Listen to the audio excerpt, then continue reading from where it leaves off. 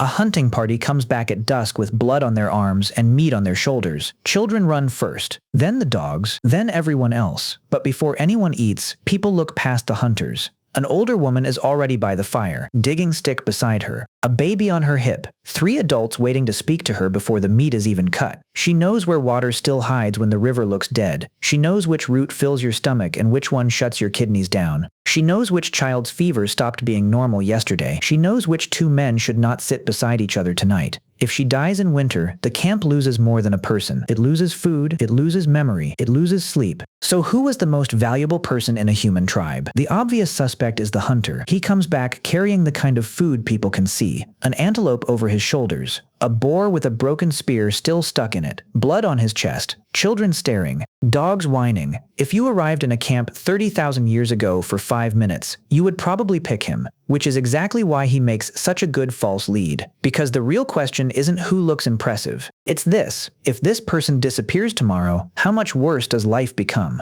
That's the scorecard. Not glory, not applause, removal. Take the hunter out of camp. Sometimes, a disaster. Large game mattered. A single successful hunt could feed a lot of people at once. Meat brought fat, protein, marrow, status. But hunting was dramatic, risky, and failed a lot. You cannot build daily survival on occasional triumph. Among hunter-gatherers studied by anthropologists, the dependable calories often came from less cinematic food. Tubers, nuts, fruit, shellfish, honey. The things nobody paints on cave walls because they're too busy keeping people alive. Suspect 1. Impressive. Verdict: no. Suspect 2. The best gatherer. This person doesn't return to applause. They come back bent over, carrying roots and bulbs and whatever else can still be found after everyone's already checked the easy places. It's the food equivalent of a roof not leaking. You don't notice it until it fails. Among groups like the Hadza of Tanzania, women's gathering provides a huge share of the reliable day-to-day food supply. The calories that keep children alive when the hunters miss again, and the rain ruins the firewood and everyone's already tired before noon. Remove that person and life gets worse fast. Children get hungry sooner. The camp starts gambling harder on meat. Closer. But still not quite. Because what if the best gatherer is young and strong and still walks past the wrong patch? Picture 2 women with digging sticks. One is in her 20s, fast, tireless. The other is old enough that her knees hurt when she stands. She moves slower and rests more. But she walks straight to the right ground after a week of bad rain. She remembers which patch was stripped last year. She knows the emergency food everyone forgets, and the plant that looks harmless until it starts shutting the body down. Maybe the most valuable person isn't the best gatherer. Maybe it's the person who knows where gathering still works when normal life stops working. Suspect 3. The map in human form. A drought isn't solved by effort alone. You can be motivated and still die in the wrong valley. For most of human history, people survived in landscapes full of invisible information. Water that only appears under certain conditions, animals that shift routes with weather, plants that ripen early here and late there. Lose that person, and everyone becomes dumber than the landscape around them.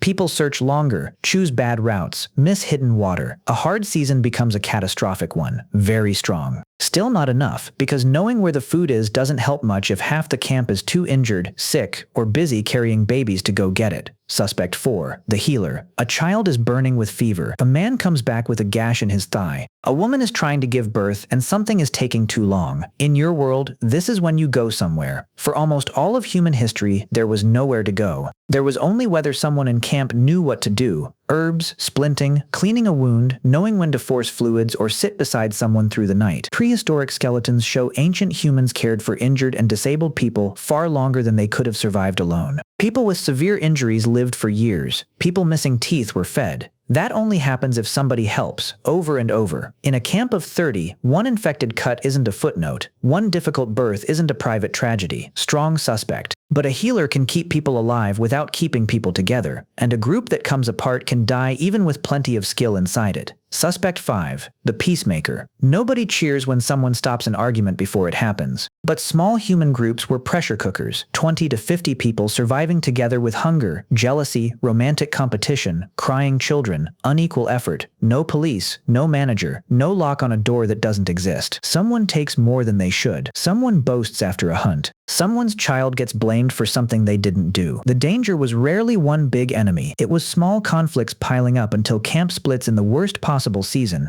Among many small-scale societies, bullies don't simply rise to the top. They get mocked, frozen out, sometimes expelled. Reputation matters when everyone knows everyone, and there's nowhere to vanish and reappear as a nicer version of yourself. Remove the peacemaker, and things get sharper, quieter in the wrong way, then divided, close, but still not complete. Because the peacemaker reduces social risk, the healer reduces medical risk, the map reduces ecological risk, the gatherer reduces food risk, the hunter reduces meat risk. What kind of person reduces all of those at once? Someone who gathers, teaches, raises children, remembers droughts, knows medicine, settles disputes. Someone who may not be the fastest anymore, but keeps everyone else from making expensive mistakes. Work so spread across the whole camp that outsiders barely see it. In other words, the grandmother. She may not be the fastest gatherer anymore. She's often the one who knows where to gather when everyone else fails. She may not be the formal healer. She's often the one who's seen the fever before, held women through labor before, and knows when a child has stopped being merely miserable and started becoming truly sick. She may not be the official peacemaker. She's often the person who knows which argument is actually about meat and which one is really about 2 months of resentment finally finding a target. And unlike almost anyone else in camp, she connects all of this to childcare, which matters more than it first appears.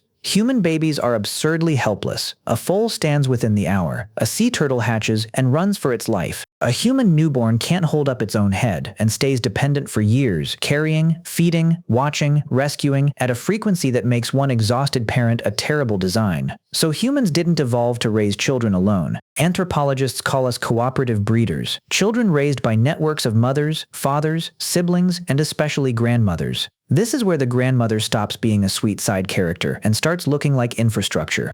A mother with an infant can't move as far or work as long. A grandmother changes that. She watches the older child, carries the baby, gathers food nobody brags about, frees the mother to work, notices illness early. One influential idea in evolutionary anthropology is the grandmother hypothesis. Human females often live for decades after reproduction ends, which is unusual by mammalian standards and costly. Evolution doesn't keep a long post-reproductive life around for fun. The argument is that older women increased the survival of grandchildren and helped mothers raise more children successfully. A grandmother with a digging stick could increase the success of an entire bloodline. Among Hadza families, grandmothers contribute significant food support, and children across many historical populations often survive better when grandmothers are present. The effect isn't magic, it's work. Daily, boring, relentless work. Run the scorecard one last time. Lose the hunter and camp loses dramatic food, painful, sometimes catastrophic, usually survivable. Lose the best gatherer and camp loses dependable calories, very dangerous. Lose the map in human form and hard seasons turn lethal. Lose the healer, injuries turn lethal. Lose the peacemaker, tension breeds consequences. Lose the grandmother, and all of those systems weaken together. The mother loses help. The children lose food and supervision. The sick lose a caretaker. The angry lose a buffer. The young lose a teacher. The whole group becomes less coordinated, less calm, less resilient. She isn't the best at one job. She's the reason every other job works, which is exactly why outsiders miss it. The spear is easy to admire. The carcass is easy to admire. The visible act is easy to admire. Ancient human life depended just as much on the person who prevented the emergency from becoming an emergency in the first place, the one who knew where to dig after the second failed rain, who could take a baby without asking and give the mother both hands back, who'd lived through enough winters to recognize trouble before it had a name.